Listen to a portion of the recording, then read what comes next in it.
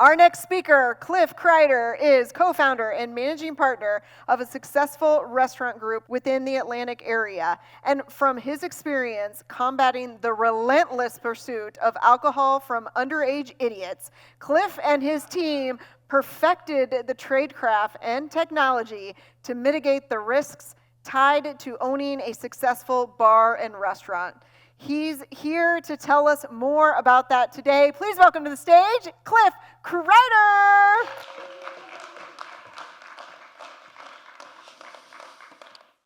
Thank you very much. So, as the introduction stated, I am a successful operator of bars and restaurants in Atlanta. And I say that kind of in tongue-in-cheek because this guy right here is a nemesis to me. And if he gets in our bar, the success is gone. It's very important that we train our bartenders, we train our frontline employees to defeat this little idiot right here. So let me just go back up a little bit and say that I have a little empathy for McLovin. When I was 18, I had a fake ID. I think some of us also had fake IDs in the audience. It is a rite of passage. In this movie here, McLovin is a character of 3 other kids, and they're after liquor in order to have a fun with a party and hopefully get some girls.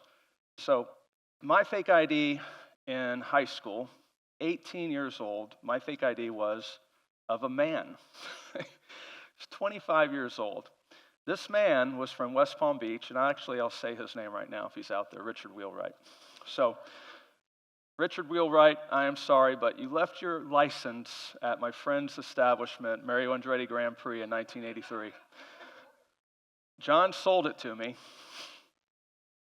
and I used it for 2 or 3 years. So here's the deal. As bad as that fake ID was, and I was 18, and I'm posing as a man, and the man had different nose, different eyes, ears were in different places. We were both sunburned. I don't know how that happened, but I was always sunburned because I was from Florida, and Richard Wheelwright was sunburned in his picture. But we also had a big mop of hair. But as bad as that ID was, it worked for easily 2 years. And as bad as fake IDs are, or as good as fake IDs are, the fact is 14% of IDs aren't even checked. The frontline retailers aren't even looking at the ID to begin with. And if they do look at the ID, sometimes I call it fake the check. This is what happens. Okay. They're not even looking at the ID. Sometimes they don't even look at the date. Sometimes they don't even calculate the date. So, this is all fun and games for McLovin. It's all fun and games for the 18-year-old idiot that's running around trying to buy booze or trying to buy pot or THC or whatever else the vape stores are selling. But it's not fun and games for the business. It's not fun and games for me. There's a reputation at stake. There's community. I created a company called Stinger Compliance. And what that is it's basically the 10 years of tradecraft, standard operating procedures, policies, everything that we've been doing at our bars, bundled up into one, along with technology that allows for what I call mock inspections or municipal stings. So we ensure and we train bartenders, we train frontline servers, bud tenders. Did you know there's a bud tender out there? Axeman is shaking his head. So, what are age-restricted products? So it's a bottle of booze and a martini. It's a pistol. It's a cigarette, tobacco, cannabis, THC, Delta 8, Delta 9. NC-17 movies. We have to ban the kids from movies. You have to be 18 to get a sunburn, and you have to be 18 to perform street art. If your business lacks the compliance training, let me share with you what I've learned over the years. This is the Stinger Compliance tradecraft. Corporate culture has to change. Corporate culture comes from the top down. It happened to me. What happened first was the education. A crafty alcohol attorney scared the life out of me. Told me the scary stories that I don't have to repeat right now. And I got religion. Where's my bishop? I got religion. And I decided that I was going to be an active part in my restaurant group in order to convert where we were at the time into a very strict, no nonsense, we despise the minor walking into our bar. And that's what changed corporate culture. Education comes in the form of RAS classes, responsible alcohol service seller classes. And they are, I think, the foundation of any good restaurant group that maintains good compliance. Also, when I say it's not just restaurants, but it's all the vape shops, tobacco stores, grocery stores, convenience stores. There's probably more alcohol sold everywhere else other than the restaurants. Policies, procedures, alcohol, tobacco policies, have to have that. You have to have strict alcohol policy.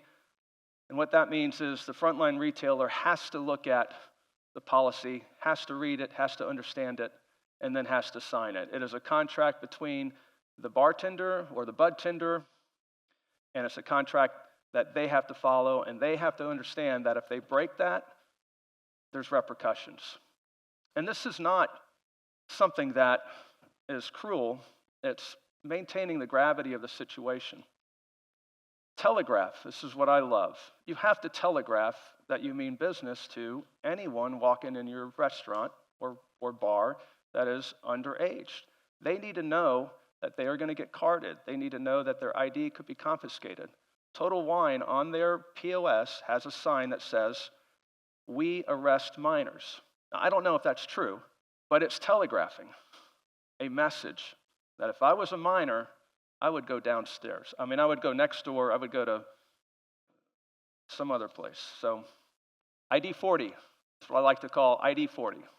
Card everybody under 40. Don't card the old guy, okay? We don't want to take out our ID. Card everybody under 40. That takes care of it right there, all right? And number 6, stinger compliance. That's where we come in. It's the ID checks. We're simulating the municipal sting. We're bringing in a 20-year-old, not a 20-year-old, a 21-year-old. So if you're serious about compliance, this is what we do. This is our tradecraft. First of all, we're made in America technology. My co-founder and partner is a 25-year vet with software engineering. He's got 11 patents, 2 operating businesses, 1 with the government in over 25 states.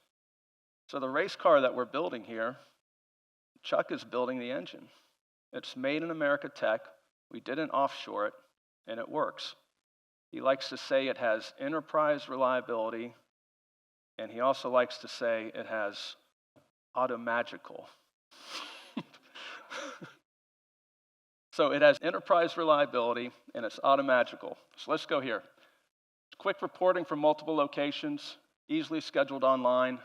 It's automatic, it's anonymous, and we use 21 to 29-year-olds to sting your bartenders, to sting the frontline retailers. We don't use minors. There are some companies out there that will use a minor, and that's exactly what you don't want to do. It's exactly what my alcohol attorney said not to do, so I do what she says. What it's doing, if you use a minor, you're actually proving to the world that you intended to sell product to a minor, and that's exactly what you don't want to do. Intend to sell to someone 21 to 29, and then that way the operator, the owner, can talk to their bartender and say, hey, you need to be carding per policy. If you actually didn't card a minor, the repercussions would have been much greater. Here we can do a PIP, we can work with you, we can retrain you. So guys, the value proposition is off the charts. I'm a finance guy, and there's a term called return on investment. And we're all finance guys, right? We all put things in, and we all want to get things out, right? You don't have to be, this isn't about money. This could be a block of wood, turning into something better than what it was. That's a return on investment. There's a return on investment here that's immeasurable. You cannot put a percentage, you cannot put a dollar value on saving a life, saving an injury, saving a kid's lungs, saving a kid's psychosis. The return on investment is immeasurable. The bottom line, consequences of failing to check IDs can be catastrophic. So So if you're serious about maintaining compliance, then Stinger compliance is the answer. And I'm telling you